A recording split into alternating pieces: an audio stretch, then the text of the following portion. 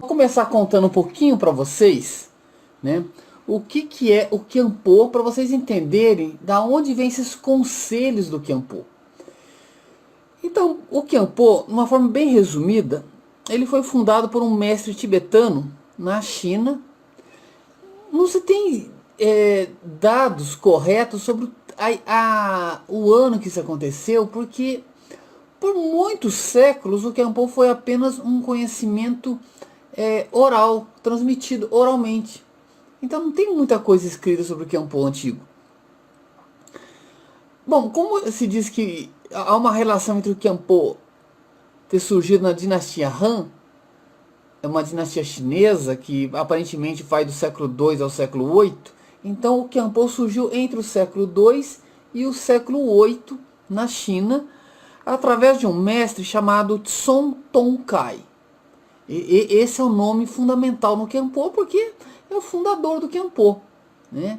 Qual que era a ideia de Tsong Tongkai? As pessoas oram, é muito bacana, as pessoas meditam, Bom, mas no dia a dia estão se matando. Então ele percebeu uma coisa, vamos trabalhar só a mente. Vamos trabalhar a estrutura psicológica. Então veja, não é trabalhar a mente no sentido de, vamos desenvolver a mente, os poderes da mente. Pelo contrário, Tsong Tongkai dizia o seguinte: nosso problema está na nossa mente. Nosso problema está na nossa mente. Então, ele começou, o Qianpo é todo um trabalho voltado a uma visão mais ampla de si mesmo. O que não é uma tarefa fácil e nem um pouco agradável. É por isso que quando a pessoa diz, eu quero fazer um curso de autoconhecimento, ele é bacana, ele é legal. Não é. Autoconhecimento não é legal. É cruel. Sabe por quê? Porque quando você começa a se autoconhecer, você vê quem você é. E você está preparado para isso? Tem gente que não se suporta. A pessoa tem que estar sempre envolvido com alguém. Já conhece gente assim? Sai de uma relação, entra em outra, está sempre com alguém. Sempre fugindo de si mesmo. Então, como que uma pessoa dessa vai fazer um curso de autoconhecimento? É inviável. Ela não se encara. Então, o Qianpo é para se encarar, para se ver frente a frente quem você é. Né? É para você ver todos os seus erros, todas as suas falhas, mas também ver o quanto você é uma pessoa que está vivendo uma experiência fantástica aqui, da qual você pode se elevar.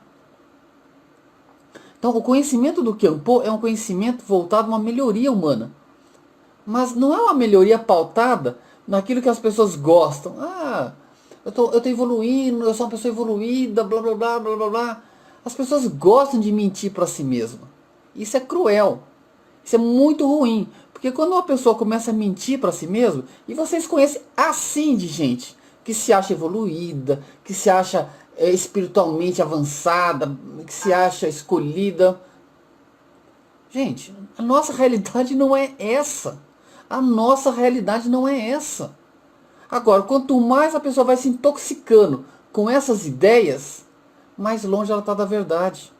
Aí quando o Qianpo entra, machuca. Por que as pessoas às vezes se perturbam com o Qianpo? Por que eu tenho que medir o que eu falo? Porque as pessoas são muito sensíveis. São muito sensíveis. Esses dias, a menina perguntou para mim, Rita, o que você acha do feminicídio? Eu falei, que feminicídio? Aonde vocês colocaram na cabeça que a violência tem que ser catalogada e eu escolho da qual eu não gosto? Eu não gosto do feminicídio. Não, eu não gosto da violência contra negros. Não, eu não gosto da violência contra animais. Não interessa. Você tem que entender, violência você tem que ser contra. Agora as pessoas pegam bandeiras do tipo de violência que ela não gosta. Como assim? Por quê? Porque a pessoa não é real.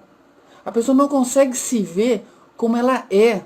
E ela não consegue perceber que a mente dela está fugindo da realidade. Então eu não pego um partido, uma questão. Eu digo o seguinte, a violência, nós temos que ser contra a violência. Nós temos que ser contra. Não interessa se é com um homem branco, com um homem negro, se é com mulher, se é com animal, se é com criança. Então você está vendo? O Kempo perturba, porque o Kempo vai lá dentro e fala, olha, você é um hipócrita, porque você fala que não gosta de feminicídio e bate palma quando mata um homem. E aí? Que valor há nisso? Então o Kempo, ele vai na questão. A questão é o que há dentro de você.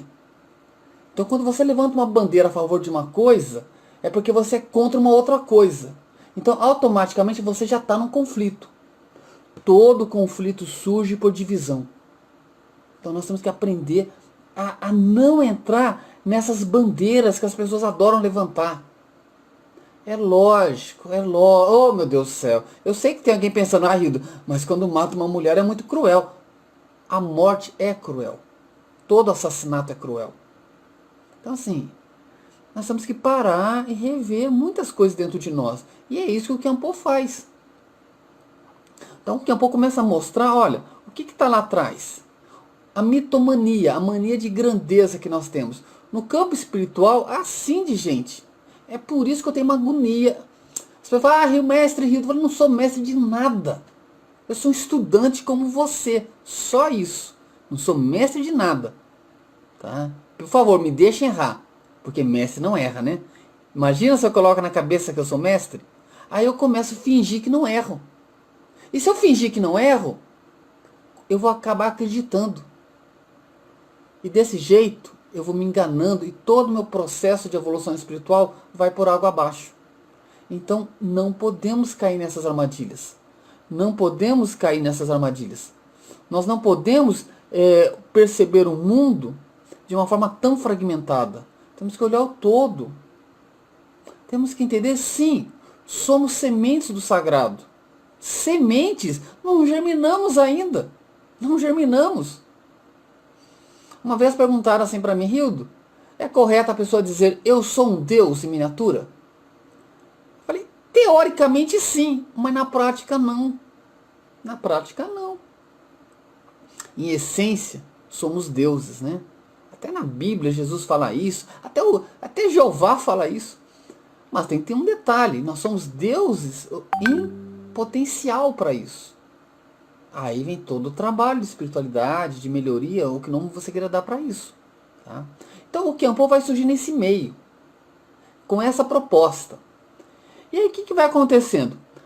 No decorrer dos séculos, algumas frases de alguns mestres ficaram muito impactantes.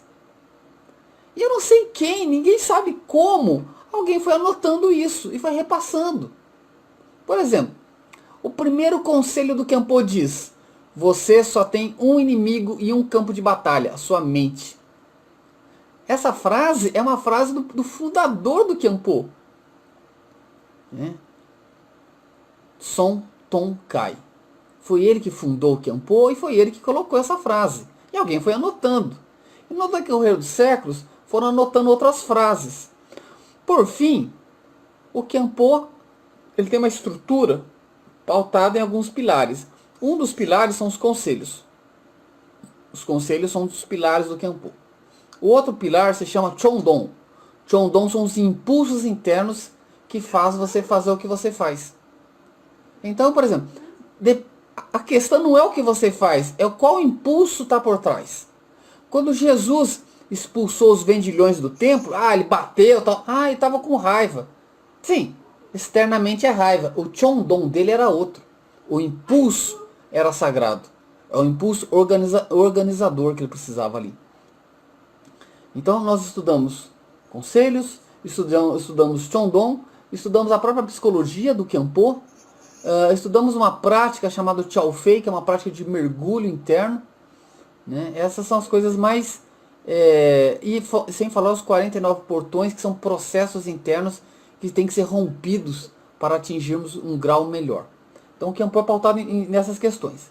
Mas uma é divulgada publicamente, que são os conselhos. Agora, olha que sacada, gente. Eu estou fazendo aqui e no YouTube. Olha que sacada. O Kempo não tem regras. Ele tem o quê? Conselhos. Isso não é incrível? Conselhos. Por quê? Por que os mestres sacaram o seguinte? Para de colocar regras. Não adianta falar para você não matar. Você já sabe disso. Ele vai continuar matando. Por quê? Porque regras, as pessoas não cumprem regras. O Kempo vem com conselhos. Para mim, isso foi ótimo. Por quê? Porque eu vim de um meio cheio de regras. Nossa, tudo era pecado. Eu vim desse meio. Quando eu chego no Kempo, eu queria saber quais são as regras. O que eu posso fazer? O que eu não posso? Bom,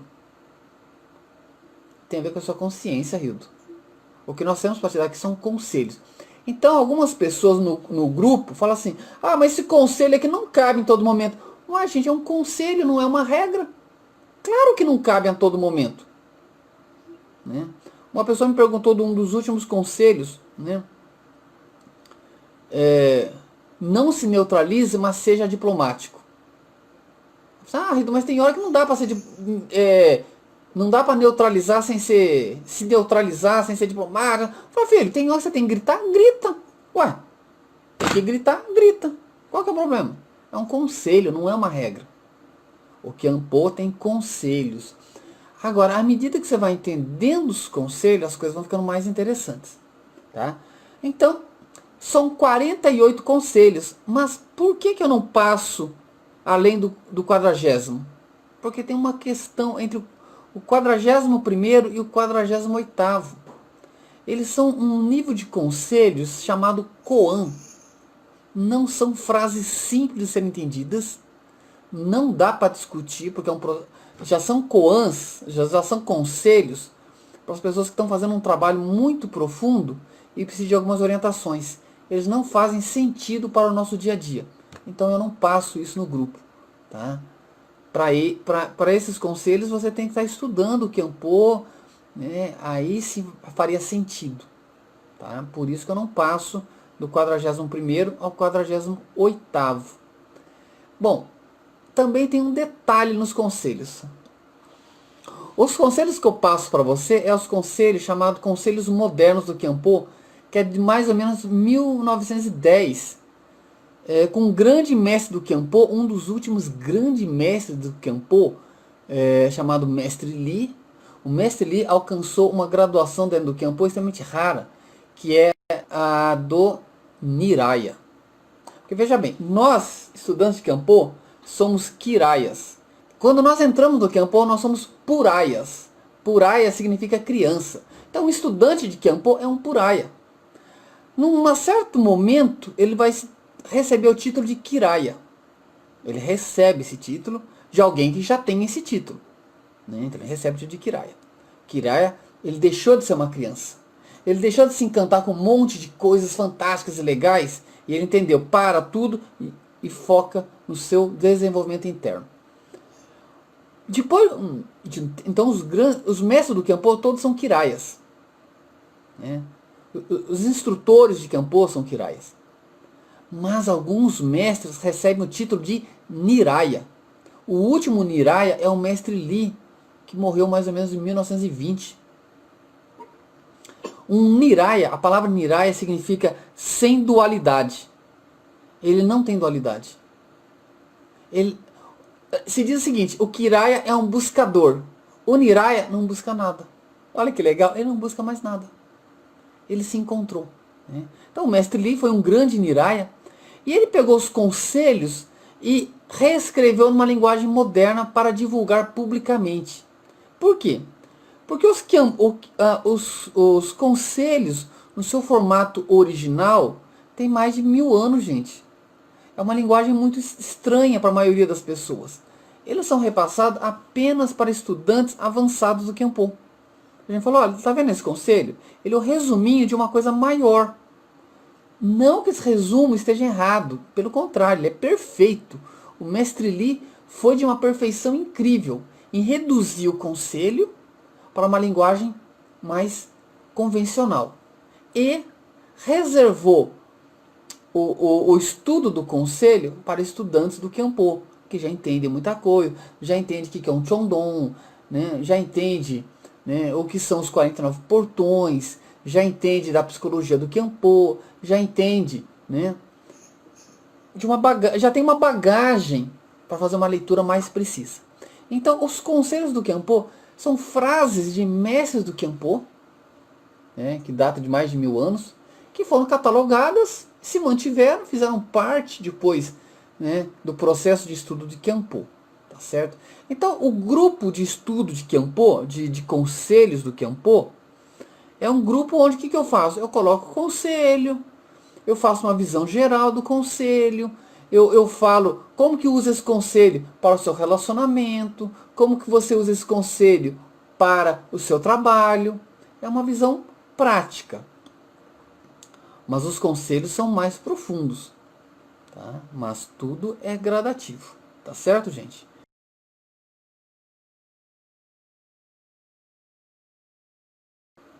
Eu até tinha esse interesse. De montar uma escola, divulgar o Khenpo mais. Quando eu estive na China, os mestres falaram, Rido, para. Rido, você não precisa de muita gente, não, você precisa de uma pessoa só. Vai divulgando pela internet. Vai divulgando. Uma pessoa vai se interessar e vai estudar, é para ela. Não adianta ter grupos grandes. Assim, grupo grande, Rido, é bom para uma coisa, dá dinheiro. Você quer ganhar dinheiro? Cria um grupo grande de Khenpo. Você quer ganhar conhecimento? Diminui. Eu falei, quer saber? Diminui tudo isso. Então vamos diminuindo. O curso existe de forma virtual. E o curso ele é voltado para o nosso dia a dia. Agora, o grupo do WhatsApp de conselho é para qualquer pessoa. Tem pessoas que entram no grupo, vai ouvindo os conselhos e vai colocando em prática o que cabe. Lembrando, é um conselho, não é uma regra. O Khenpo não tem regra. Então se a pessoa disser para mim, se eu quiser matar o meu vizinho. Bom, eu não vou impedir você, mas eu vou te dar um conselho. Que é o conselho número 40 do Khenpo, né, que diz o seguinte. Olha que conselho. Você é livre para fazer o que você quiser, mas não é livre das consequências. Quer fazer, faz. Mas você vai... Não tem como fugir das consequências. Então o Khenpo, ele é voltado para isso. Uma melhoria humana. E é interessante que no Khenpo, gente, tem pessoas de diferentes religiões. Tem católico, tem evangélico, tem ateu, tem à toa. Por quê? Porque o Khenpo não é uma instituição religiosa. Ele é um grupo para você rever como que a sua mente está funcionando. Então serve para qualquer pessoa. Um grande amigo meu é um pastor. Que ele fez o curso, ele se encantou com o Khenpo, né? E é um pastor. Na China. Cara, eu estava tendo aula, eu fui fazer um curso lá, e estava ao lado uma das mulheres mais top no taoísmo na China. Né? É uma sacerdote taoísta. Tá? Então, o Khenpo não é uma instituição religiosa. Prezamos muito que as pessoas busquem o seu lado espiritual, até porque tem um conselho do Khenpo que diz isso. Então, olha, se reconecte com o sagrado. É um processo seu. Qual que é a melhor religião do mundo? Qual é a melhor religião do mundo? Aquela que te faz uma pessoa melhor. Você se torna uma pessoa melhor quando você está na Umbanda? Então tá, então a Umbanda é a melhor religião do mundo. Você se torna uma pessoa melhor quando você está lá na sua igreja? Então é a melhor igreja do mundo. Agora, se você está anos numa instituição e não melhorou como ser humano, você tem que fazer uma outra busca. Mas o Khenpo não é uma instituição religiosa. Não adianta buscar no Khenpo não, porque o Khenpo... Então, meus queridos, é isso que eu queria passar para vocês. É essa vivência de conselhos que vai nos ajudando. Agora, o Khenpo é mais do que conselhos. Tem os cursos básicos, tem os cursos avançados.